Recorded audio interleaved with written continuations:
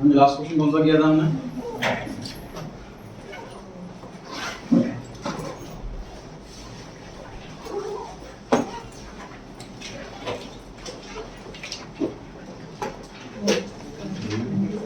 Five किया था last, page number 178। Yes sir. निकाल लीजिए पेज नंबर 178, क्वेश्चन नंबर 26। लिखा है जी 50,000 9% debentures redeemable within 12 months of the date of balance sheet will be shown। Debenture redeem होने वाले हैं जी 12 महीने के अंदर अंदर। बताइए करंट लायबिलिटी की non current liability? Current liability. सब हेडिंग बताइए। शॉर्ट टर्म बोरोइंग या फिर other current liability? Other current liability. Short term borrowing क्यों नहीं है सर? शॉर्ट टर्म बोरोइंग्स में वो सारी लायबिलिटी आती हैं जो ओरिजिनली अप टू 12 मंथ के लिए ली गई हो। ठीक है, इसलिए ये अदर करंट लायबिलिटी में आएगा, सी ऑप्शन। 27 पर आ गए जी। Which one of the following is commitment? What is commitment? देखिए इसमें क्या होता है कि हम ना सामने वाले की रिस्पॉन्सिबिलिटी लेते हैं। देखो क्या होता है कई बार कि हमारा कोई रिलेटिव या कोई फ्रेंड है, वो बिजनेस के अंदर आता है, नया बिजनेस स्टार्ट करता है, तो स्टार्टिंग में कोई जानता नहीं उसको मार्केट के अंदर, कोई उसको उधार नहीं देता, तो वो हमारी हेल्प लेता है कि आप मुझे काफ़ी लोगों से मिलवाओ, और फिर लोग मुझे जानेंगे और फिर मुझे उधार देना शुरू करेंगे ताकि मैं आगे बिजनेस कंटिन्यू कर पाऊँ। तो ऐसे में हमारी कमिटमेंट हो जाती है सामने वाले से कि भैया हमारा एक फ्रेंड है, ये बिजनेस करेगा, इसको कुछ आप उधार दे देना और पैसे दे देगा, ये हमारी जिम्मेदारी, नहीं देगा तो हम, ये कमिटमेंट होती है। तो पेमेंट करनी है कि नहीं करनी हमें ये श्योर नहीं है, अमाउंट कितना पे करना ये श्योर नहीं है, इसलिए proposed dividend sorry contingent liability हो गई।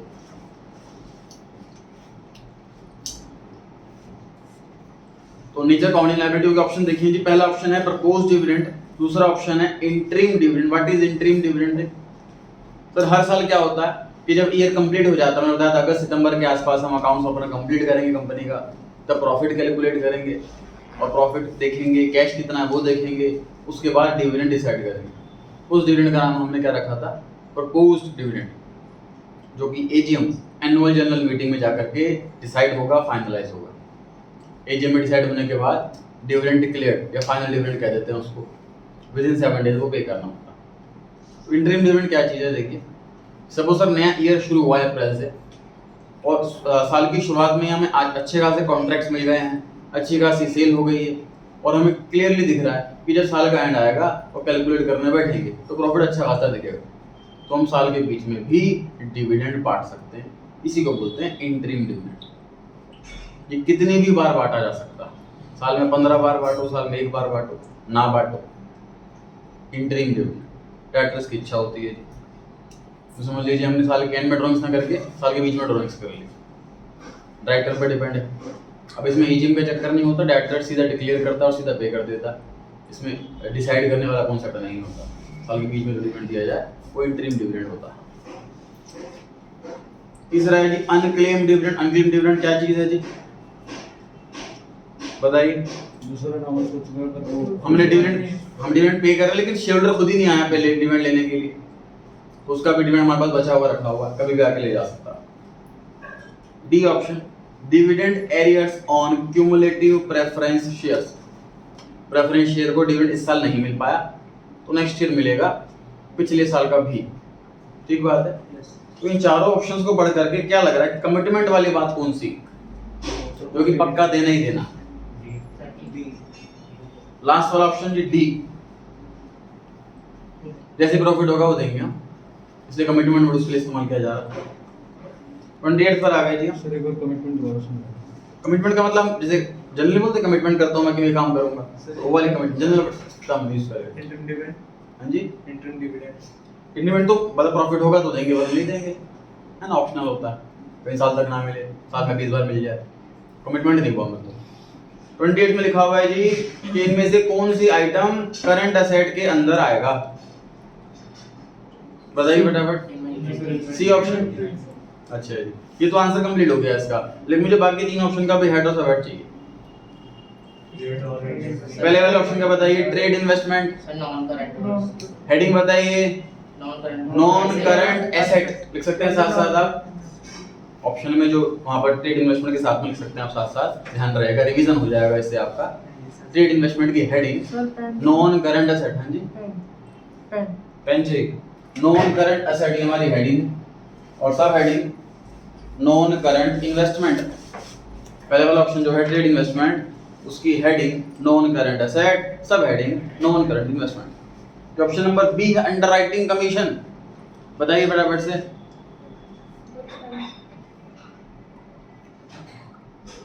हेडिंग में लिखिए non current asset, sub heading में लिखिए अदर लॉन्ग टर्म एसेट। ये डेफर्ड रेवेन्यू एक्सपेंडिचर है। जब शेयर्स इशू करते हैं तो उसमें अंडरराइटर को, ब्रोकर को कमीशन देते हैं और जनरली बहुत बड़े अमाउंट का होता है, इसलिए कई सालों में राइट ऑफ किया जाता है, इसलिए वो डेफर्ड रेवेन्यू एक्सपेंडिचर बन जाता है। जो अदर वाले होते हैं वो नॉन करंट एसेट के अंदर ही आते हैं, लास्ट वाली कैटेगरी, जो अदर वाली कैटेगरी। ठीक है, अगर क्वेश्चन में लिखा होता अंडरराइटिंग कमीशन रिटर्न ऑफ, तो फिर ये एक्सपेंस होता, फिर ये पीएनएल में आता। कौन से हेड में आता पीएनएल में? अदर एक्सपेंसेस, क्योंकि स्पेशल हेडिंग नहीं है इसके लिए। लास्ट वाला ऑप्शन डी ऑप्शन की हेडिंग बताएं। नॉन हेडिंग बताएं नॉन करंट एसेट, और सब हेडिंग में क्या लिखेंगे? टेंजिबल, इंटेंजिबल नहीं, टेंजिबल है। Tangible assets under fixed assets. 29 पर आ गए जी। अंडरराइटिंग कमीशन कहाँ लिखेंगे? नॉन करंट सी ऑप्शन सही है सर, लेकिन ए ऑप्शन भी सही है। अनअमोर्टाइज्ड एक्सपेंडिचर इसे ही कहते हैं। क्वेश्चन में हेड पूछा हुआ है इसलिए हम सी टिक करके आ जाएंगे एग्जाम में, क्योंकि ए जो बनेगा वो सब हेड के अंदर की कैटेगरी हो जाएगी वो।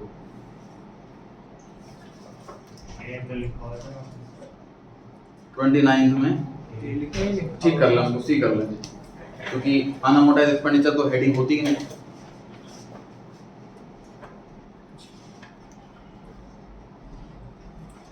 थर्टी क्वेश्चन पर आ गए जी। करंट लायबिलिटी इनमें से कौन सी है?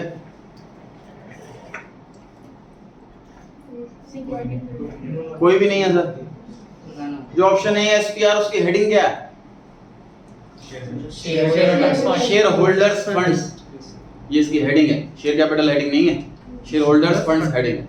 सब हेडिंग क्या है इसकी? Reserve and surplus. लिख लिया आप लोगों ने?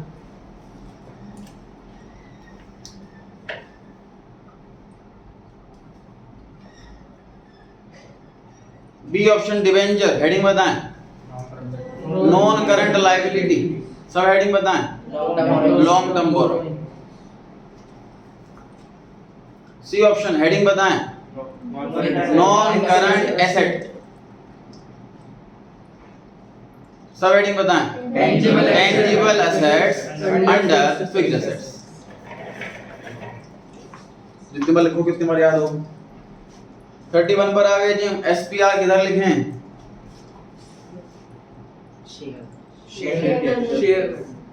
Last option none of these, कोई भी नहीं दे रखा ऑप्शन। एसपीआर शेयर कैपिटल में नहीं आता, शेयर होल्डर्स फंड्स में आता है। शेयर होल्डर फंड के अंदर 3 सब हेडिंग होती हैं, तो ये दूसरी सब हेडिंग के अंदर आता है, रिजर्व एंड सरप्लस के अंदर। D option. 32 में आ गए जी। इनमें से कौन सी आइटम नॉन करंट एसेट में आएगी? Patent sir count non current asset के अंदर आएगी, इंटेंजिबल एसेट होती है। 33 पर आ गए जी हम। Bill discounted but not yet matured, discuss हुआ था जी। ये बिल डिस्काउंट करा लेते हैं तो वो ना हमारी बुक्स में बीआर होता है ना हमारे बुक्स में बीपी होता है, लेकिन फिर भी अगर बीपी वाले ने पैसे नहीं दिए तो हमें पैसे देने पड़ जाएंगे। ये कौन सी लायबिलिटी होती है? Contingent liability. C option. Sir लेकिन कॉन्टिजेंट लायबिलिटी तो बैलेंस शीट में कोई हेडिंग ही नहीं है ना? बिल्कुल सही बात है। इसमें तो बैलेंस शीट में पूछा है। तो क्वेश्चन में अगर देखो क्वेश्चन की फ्रेमिंग कैसे होगी? क्वेश्चन ऐसे पूछेगा कि ये आइटम बताओ हेडिंग में आती है या बैलेंस शीट में ही नहीं आती, तो बच्चों को हिंट मिल जाएगी कि हाँ कौन लायबिलिटी भी हो सकता है कि नहीं। तो क्वेश्चन की फ्रेमिंग इस तरीके से रखें कि हेडिंग बताइए आप, अगर हेडिंग नहीं आती तो वो टिक कर दें हम, ठीक है। Yes sir. 34 पे आ जाइए जी। इनमें से कौन सी आइटम करंट लायबिलिटी में आएगी? Sir unclaimed unclaimed dividend. कौन सी सब हेडिंग बताइए फटाफट से? Other current liability. Other current liability, सही है जी। 34 पे आ जाइए। 34 ही किया था हमने अभी, है ना। 35 पर आ जाइए। लॉन्ग टर्म बोरोइंग कौन सी है बताइए? पहले वाला ऑप्शन लॉन्ग टर्म बोरोइंग है, 6% debenture.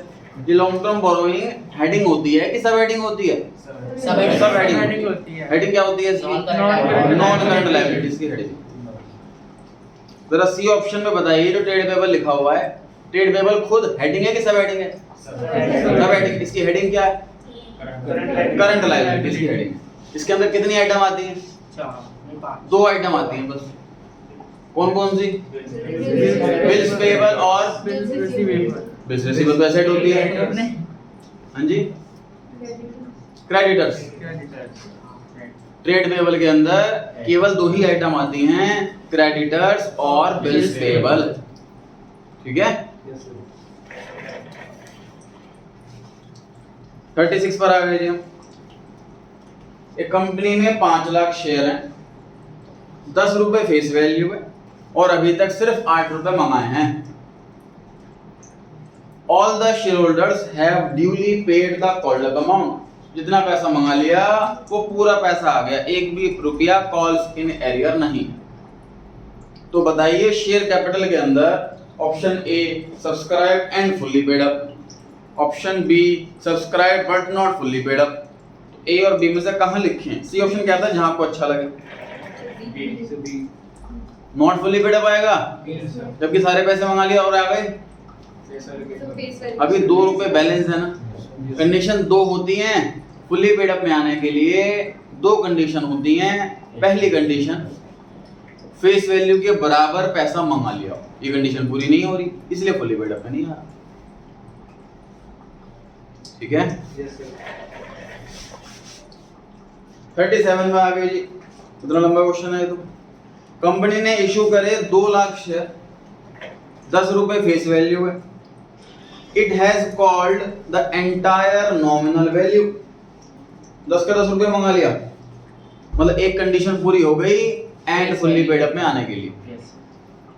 It has received the entire amount. सारा पैसा आ गया, सिर्फ एक नालायक है, उसके पास 5000 शेयर हैं, उसने फाइनल कॉल के 3 रुपए नहीं दिए। 2 लाख शेयर्स में से सिर्फ 5000 शेयर्स ऐसे हैं जिन पर पैसा नहीं आया, फाइनल कॉल का 3 रुपया। बाकी के जो बचे 1,95,000 शेयर जो बचे उन पे पूरा पैसा आ गया। ये मतलब है इसका। Yes sir. तो सब्सक्राइब कैपिटल किस तरीके से दिखाई जाएगी?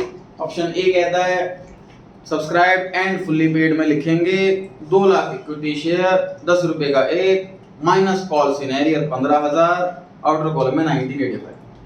ऑप्शन ए सही है गलत है? गलत है सर। सर जो 5000 शेयर पर पैसा नहीं आया उसको हम कैसे दिखा सकते हैं एंड फुल्ली पेड अप में, इसलिए ए ऑप्शन गलत।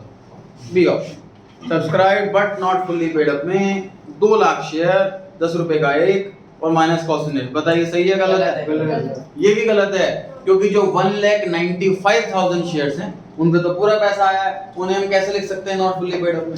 मतलब बेसिक आंसर क्या होगा कि कैटेगरी बनानी पड़ेगी, हमें स्प्लिट करना पड़ेगा 2 लाख को। 195 अलग फुल्ली पेड अप में, 5000 अलग not fully paid up. C option देखते हैं sir. Subscribe and fully paid up में लिख दीजिए 1,95,000 share. Subscribe but not fully paid up में लिख दीजिए 5000 शेयर और कॉल से लेस कर दीजिए वहां से। बताइए जी सी ऑप्शन सही है? ऑप्शन डी कह रहा है कि बी और सी दोनों सही हैं, तो सी वाला आंसर सही है। Yes sir. सी ऑप्शन पे टिक करेंगे। सर क्योंकि इसमें दोनों हमारे फुल्ली पेड वाला उस जो दे दिया वो और जो नहीं दिया वो। हाँ जी इसलिए सही है सी। यस। 38 में आ गए जी। चेंज इन्वेंटरी का मतलब क्या होता है? इसमें से ऑप्शन ढूंढना है जी आपको। फॉर्मूला क्या था इसका बताइए फटाफट से। Opening stock minus closing stock. तो ढूंढे कौन सा ऑप्शन आपको लग रहा है A difference between opening and closing. तो ओपनिंग एंड क्लोजिंग डिफरेंस जो सर बी ऑप्शन है उसमें क्या फर्क है? क्लोजिंग माइनस ओपनिंग क्या है? Yes. अकाउंट्स में क्लोज चेंज इन्वेंटरी का मतलब opening minus closing. Option C क्या कहता है कि अगर ओपनिंग बड़ा हो तो लिखना है आपको ओपनिंग माइनस क्लोजिंग। ऐसी कोई कंडीशन तो नहीं है, No, चाहे sir. नेगेटिव आए चाहे पॉजिटिव आए हम उसी जगह को वहीं लिखेंगे ओपनिंग माइनस क्लोजिंग, इसलिए ऑप्शन सही है। ट्रू फॉल्स पर आ गए जी। कंपनी की दो बुक्स होती है जी, मेमोरेंडम ऑफ एसोसिएशन एमओए और आर्टिकल ऑफ एसोसिएशन एओए। तो एमओए के अंदर होता है ऑथोराइज्ड कैपिटल कि कंपनी कितने शेयर मैक्सिमम ऑथोराइज कर सकती है। ऑथोराइज्ड कैपिटल का दूसरा नाम हाँ जी नॉमिनल कैपिटल लिख लीजिए वहां पर, ऑथोराइज को अंडरलाइन करके नॉमिनल, ऑथोराइज को अंडरलाइन करके नॉमिनल। इसका तीसरा नाम रजिस्टर्ड कैपिटल, अंडरलाइन करके लिखिए रजिस्टर्ड। इसका चौथा नाम, इसके माँ बाप ने कितने नाम रखे हैं इसके, मैक्सिमम कैपिटल भी लिख लीजिए।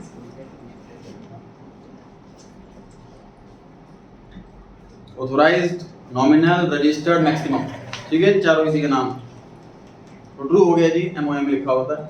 Question number 2, uncalled liability on partly paid shares is a contingent liability. Discuss किया था हमने, एग्जांपल था कॉन्टिजेंट लायबिलिटी में, हमने किसी कंपनी के शेयर खरीद लिए हैं और अभी तक सामने वाली कंपनी ने कुछ पैसा नहीं मंगाया तो हमें वो देना पड़ सकता है, और नहीं मंगाया तो नहीं देना पड़ेगा, ये कॉन्टिजेंट लायबिलिटी। तो ट्रू है जी ये बात। पार्टली पेड का मतलब फुल्ली पेड नहीं है, तो कुछ बैलेंस है। थर्ड क्वेश्चन में आ गए जी, interest paid on bank overdraft, वो एम्प्लॉय बेनिफिट एक्सपेंस में आएगा। सही लिखा है गलत लिखा है? गलत लिखा है तो कहाँ आएगा ये बताओ। कल ही पढ़ा है, पीएनएल आगे 24 घंटे भी नहीं हुए अभी तो। फाइनेंस कॉस्ट, फाइनेंस कॉस्ट कौन से नंबर की हेडिंग थी वो? फिफ्थ नंबर, 5वां नंबर। फाइनेंस कॉस्ट के अंदर आते हैं सारे लोन पर इंटरेस्ट, ये फाइनेंस कॉस्ट के अंदर आएगा। तो आप interest paid on bank body को अंडरलाइन करके वहां लिख सकते हो finance cost. Interest paid on bank body को अंडरलाइन करके वहां लिख लीजिए फाइनेंस कॉस्ट। फोर्थ क्वेश्चन पर आ गए जी हम। 1000 डिवेंचर हैं, 100 रुपए का एक, out of 10,000 debenture are redeemable within 12 months from the date of balance sheet. मतलब टोटल हमारी कंपनी में 10,000 डिवेंचर हैं, उसमें से इस साल हम 1000 डिवेंचर रिडीम करने वाले हैं, लोन उतारने वाले हैं। तो करंट लायबिलिटी के अंदर शॉर्ट टर्म बोरोइंग्स के अंदर आएगा। सही लिखा है गलत लिखा है?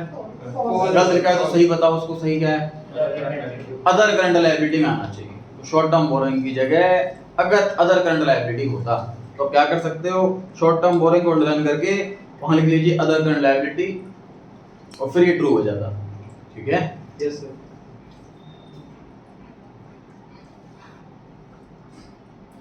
क्वेश्चन 5 कहता है जी, पेड अप कैपिटल पे डिविडेंड दिया जाता है। तो what is paid up capital? 5000 share हैं, 10 रुपए का एक, और इसमें से अभी 500 लोगों ने 2 रुपए नहीं दिए, तो हमारे पास कितना रुपया आया है, तो डिविडेंड कितने रुपए पर ही देंगे। This is paid up capital called minus policy in arrears. ठीक है? Yes sir. क्वेश्चंस किए हुए हमने इसके शेयर कैपिटल चैप्टर के अंदर। पेड अप कैपिटल कैसे निकालते हैं, called minus policy in arrears. तो डिविडेंड पेड अप वाले पे दिया जाता है, ये बात सही है। भाई जिन्होंने पैसे ही नहीं दिए उनको डिविडेंड क्यों दें? 6 क्वेश्चन पर आ गए जी हम। डिबेंचर को अदर लॉन्ग टर्म लायबिलिटी में लिखा जाता है।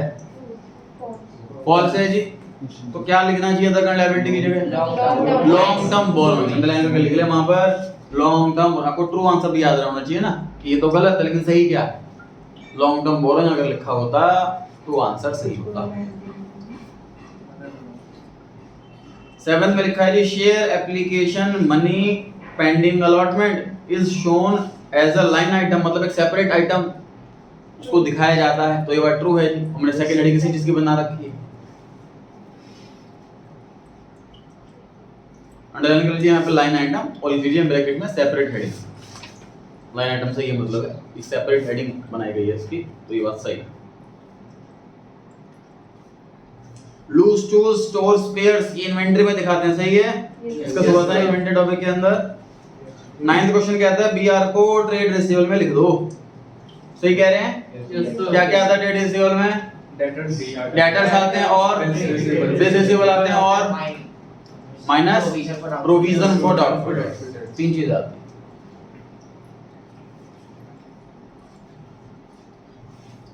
Tenth question reserve capital share capital का वो पार्ट होता है जो कंपनी ने रिजॉल्व कर लिया कि कभी भी मंगा सकते हैं जब मर्जी हो।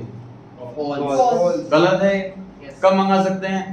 जब कंपनी वाइंड अप होती है, बंद होती है, तभी मंगाते हैं, लिक्विडेट होती है। 11th question financial statement of a company may be prepared in horizontal format. Horizontal format किसे कहते हैं जी? जो लेफ्ट से राइट जाता है। वर्टिकल फॉर्मेट किसे कहते हैं? जो अप से डाउन जाता है। कंपनी के लिए ये और प्रोप्राइटरशिप पार्टनरशिप के लिए, इसलिए आंसर फॉल्स हो गया। तो आप हॉरिजॉन्टल को अंडरलाइन करके क्या लिख दोगे ट्रू बन जाए? वर्टिकल लिख देंगे तो ट्रू बन जाएगा।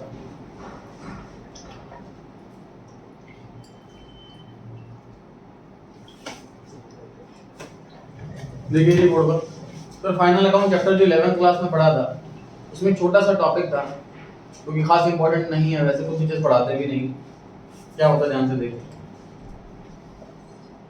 तो बैलेंस शीट के अंदर प्रोप्राइटरशिप पार्टनरशिप में चॉइस होती है कि हम जो मर्जी आइटम पहले लिखें, cash, bank, machinery, building, debtor, मतलब कोई सीक्वेंस नहीं होता। प्रोप्राइटरशिप पार्टनरशिप को छूट दे रखी है। रीजन ये है कि वो क्वालिफाइड अकाउंटेंट अफोर्ड नहीं कर सकते, इसलिए वो एक जूनियर अकाउंटेंट से अपने अकाउंट्स बनवा सकते हैं और उनके अकाउंट्स किसी ने देखने भी नहीं है, इसलिए भी हार्ड एंड फास्ट रूल नहीं रखा हुआ। लेकिन इसमें एक और ऑप्शन था, एक कॉन्सेप्ट था छोटा सा। इसको 2 तरीके से लिखा जा सकता है। पहला इन ऑर्डर ऑफ परमानेंस, मतलब बैलेंस शीट में वो आइटम पहले लिखो जो ज्यादा टाइम तक परमानेंट रहे, उसके बाद वो जो उससे कम टाइम, उसके बाद वो जो उससे कम टाइम, इस सीक्वेंस में। जैसे कंपनी में सबसे ज्यादा लंबे टाइम तक जो रहती है वो रहती है जी गुडविल। तो गुडविल कंपनी के साथ ही जाएगी। मान लो मैं बिजनेस चलाता रहा हूँ, गुडविल बेच कर नहीं ले लूँ, ऐसे तो नहीं हो सकता। बिजनेस बिकेगा तभी गुडविल बिकेगी, तो सबसे लंबे टाइम तक गुडविल रहेगी। उसके बाद बात करें सर बिल्डिंग, 20 सालों तक बिल्डिंग चलती रहेगी।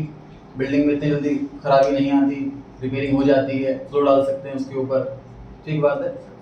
और अगर बिजनेस बढ़ता है तो नई बिल्डिंग और ले लेते हैं, पुरानी वाली बेचते नहीं जनरली। उसके बाद बात करें सर फर्नीचर की, वो भी काफी टाइम तक रखे रहता है, जब बहुत ज्यादा बेकार होता है तभी चेंज किया जाता है। उसके बाद बात करें सर मशीनरी की, 8-10 साल चल जाती है, उसके बाद चेंज होती है। तो इस सीक्वेंस में सबसे लास्ट में कैश आता है, इसे बोलते हैं इन ऑर्डर ऑफ परमानेंस। मतलब जो आइटम परमानेंट रहेगी उसको पहले, जो कम टाइम परमानेंट रहेगी उसको बाद। इस सीक्वेंस में लिखते हैं इन ऑर्डर ऑफ परमानेंस। इसका अपोजिट होता है इन ऑर्डर ऑफ लिक्विडिटी, मतलब जो पहले कैश बन जाएगा उसको पहले लिखेंगे, तो उसके बाद कैश बनेगा उसको बाद में, जो सबसे लास्ट में कैश बनेगा सबसे लास्ट में। मतलब इसी को रिवर्स ऑर्डर में लिख देते हैं, सबसे ऊपर कैश, सबसे लास्ट में गुडविल। तो ऐसे 2 टाइम पीरियड का रिवर्स मोड है। हाँ जी, मतलब जो पहले पैसा आएगा वो पहले, जो बाद में पैसा आएगा वो बाद में, वो लिक्विडिटी वाला हो गया। ये वाला हो गया in order of permanence,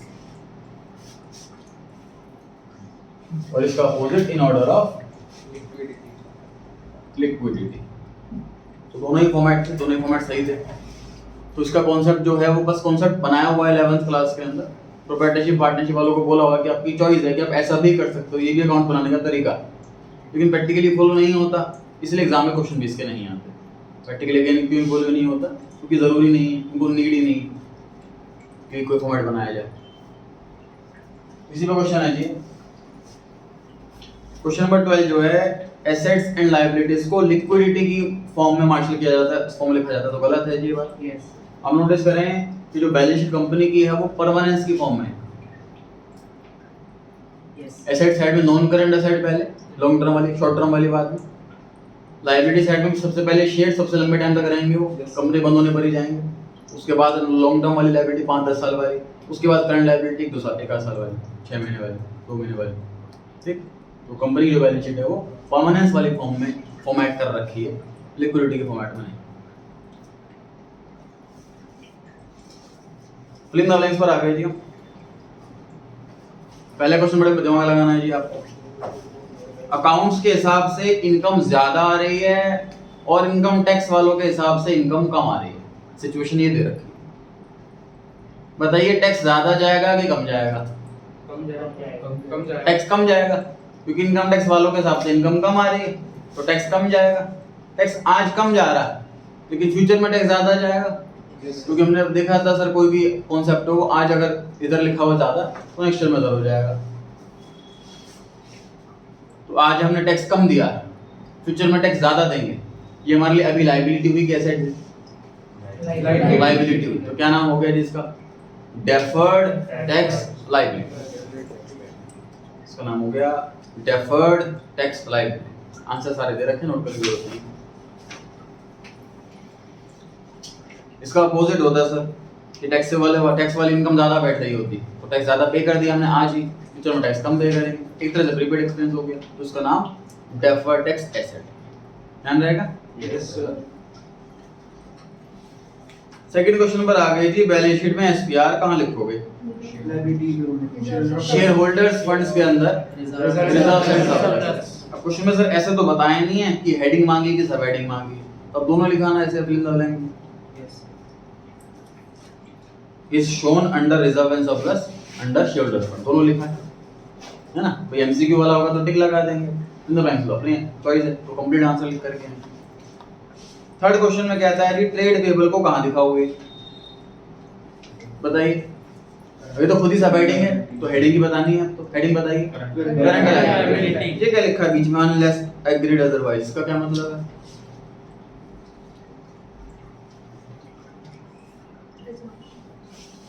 unless otherwise agreed, मतलब क्वेश्चन में अगर मान लीजिए ऐसा लिखा हो कि बिल्स पेबल जो है वो 15 मंथ्स का, हमने किसी को बीपी इशू कराया है और 15 मंथ्स का, तो फिर तो करंट लायबिलिटी में नहीं आएगा ना।